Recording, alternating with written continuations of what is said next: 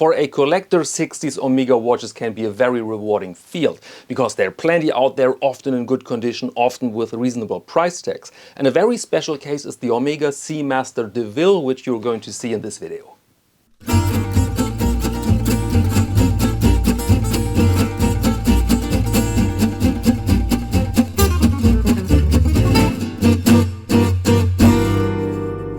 Welcome to Caseback Watches. My name is Tim, and in this episode our topic is the Omega Seamaster De Ville. And I had the chance to buy a nice one for this video, to film it extensively, and now I can show you everything worth mentioning around that watch. And the story behind is that we have a taxi driver here living in the neighborhood, older guy but still working every day. I think he's 65 or 66 in that region, and he sported a Omega Seamaster De Ville in steel. And one day we were in front of a cafe during the summer and we had a little chat about his watch, this classy 60s dress watch in steel.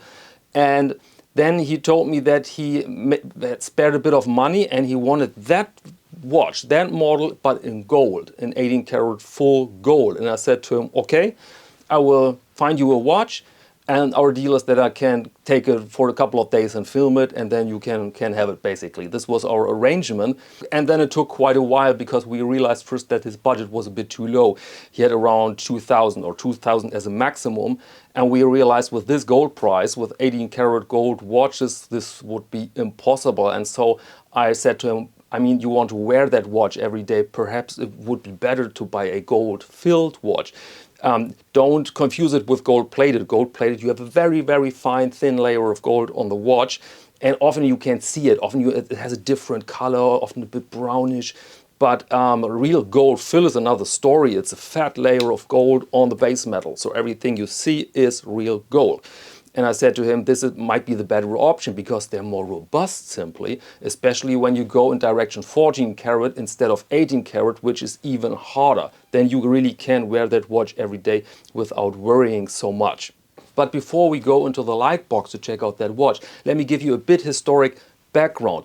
1948, Omega started with the Seamaster line, and the idea back then was to deliver a handsome watch but robust. It must be robust. That was the mission briefing back then, and so these watches were watertight, for example, which were seen in 48 as something rather special. But in the early 60s, Omega wanted to add another subline to the Seamaster, a more dressier piece, and this was then the birthday of the Seamaster De Ville, so a Seamaster, robust but handsome.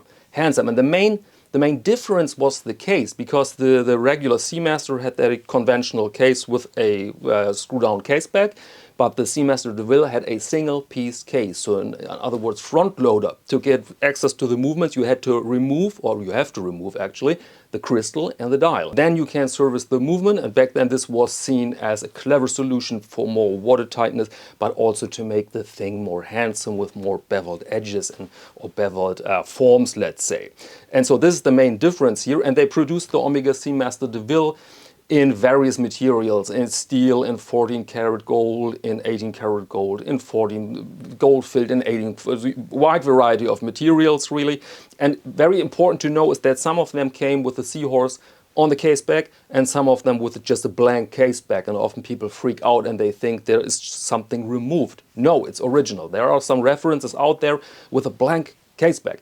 Why? We can only speculate. My speculation is that they wanted to make room for an engraving, because back then it was a fine reward for service for a company for your 25 years, for example. And then, of course, you need an engraving for loyal service over 3 decades to such and such. And so you find both seahorse and blank casebacks. And also important to know is that they used a very fine line of movements for this Omega Seamaster De Ville models, the early 5er lines, so I'd like to call them. So for example, the 565 or 552, very handsome, very precise and robust calibers. And later in the 70s, Omega went for another type of caliber, and they just, I mean, they do the job, but they're not as handsome. Here you have a little comparison. And then in 1967, the history of this Seamaster ended, because then Omega decided to make the De Ville its own line. And so from 1967 on, we have the two lines, the Seamaster and the De Ville, in the regular Omega lineup. But now to our watch. What we have here is the reference 166020 from 1967, and as mentioned, 14 karat gold filled. And now let's do it.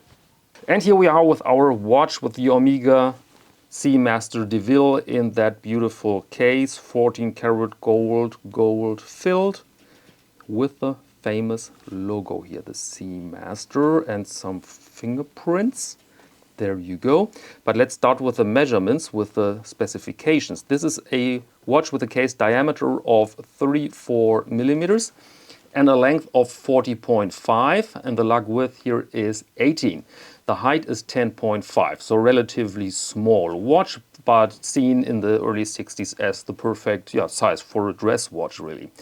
And inside is the Omega Calibre 565 automatic caliber with a date function, and everything you see here is original. So we have the original plexiglass crystal, the original crown, and the original set of hands, of course. So very, very nice ensemble. And what's stunning here is, of course, the dial condition, which is close to perfection. You have a nice sunburst here, and the absence of damages and rust and corrosion or patina, whatever you want to call it. It's just a handsome, beautiful dial with these golden indices, the classic Omega set of hands for this period of time, framed date window here, very, very nice.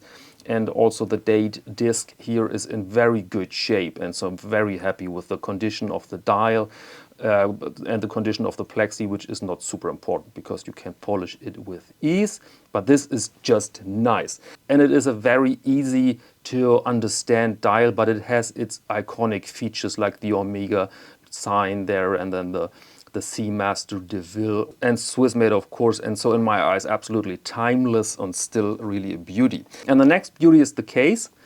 First, the material, of course. I mean, gold is a handsome material. 14 karat gold is sometimes a smidgen brighter, I feel, but you find differences there. And the form is extraordinary. I mean, look at this, all these beveled edges here, all these facets, to reduce the impact of the case, to reduce height, to reduce the sheer mass. And you may note that there is not a real Caseback. This is a one-piece case. And this is a technique you have seen back then more often than today. It was basically invented to enhance the water resistance, which was back then 30 meters and was seen as a pretty good spec. Today, of course, it's a poor water resistance, but that was one reason to create that Caseback, so that you don't have so many openings, so to speak. And so it was easier to gain that water resistance.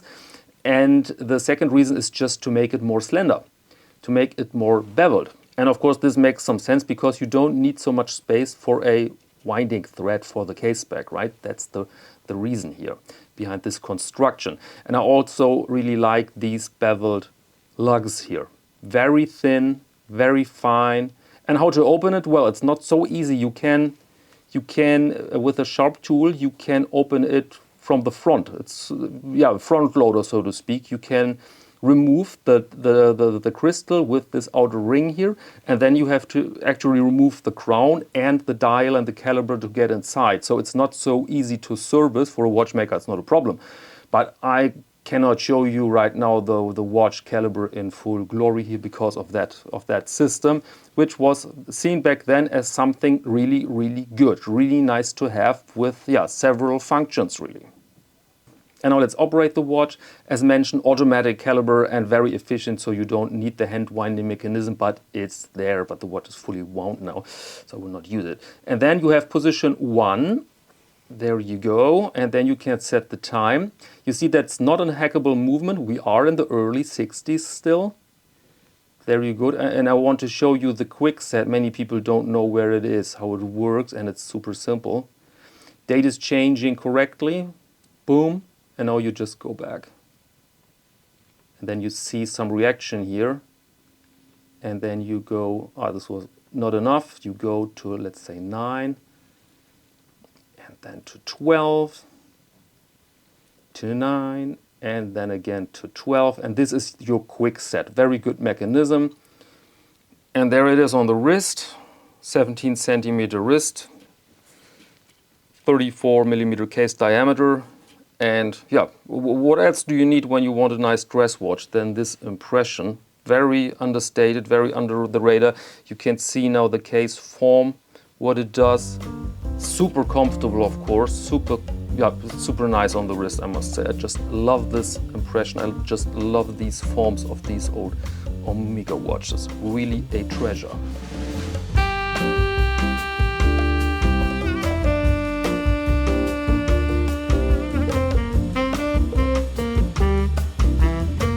Okay, welcome back. I hope you found this enjoyable. I certainly had my fun. The taxi driver is happy about the new watch, and so all good. But I have to say in all honesty that it was much harder to source that, to find that watch in that condition for a reasonable price than I had anticipated, but now we're all happy.